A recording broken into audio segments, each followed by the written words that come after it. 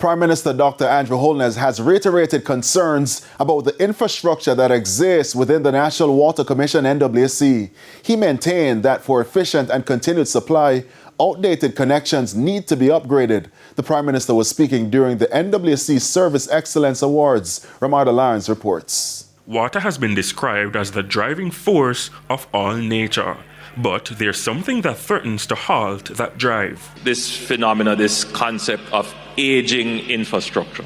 Prime Minister Dr. Andrew Holness argued that it's not an issue unique to Jamaica. The infrastructure of the NWC is suffering from a phenomenon that affects developed and developing countries. Mr. Holness said many, if not a large percentage of NWC's infrastructure is over 70 years old. So if you think about all the communities that have been built and the pipelines that supply them, if you think of the water systems that treat and distribute water, you begin to understand that much of the system has reached its engineered useful life.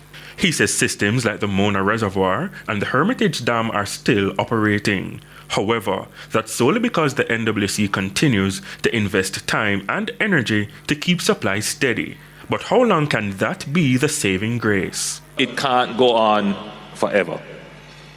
And so the NWC has to put itself in a position to make massive investments in its infrastructure.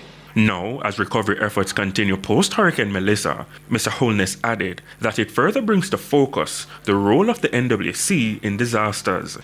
That disaster reminded us of the vulnerability of critical infrastructure, but it also revealed the strength of our public servants.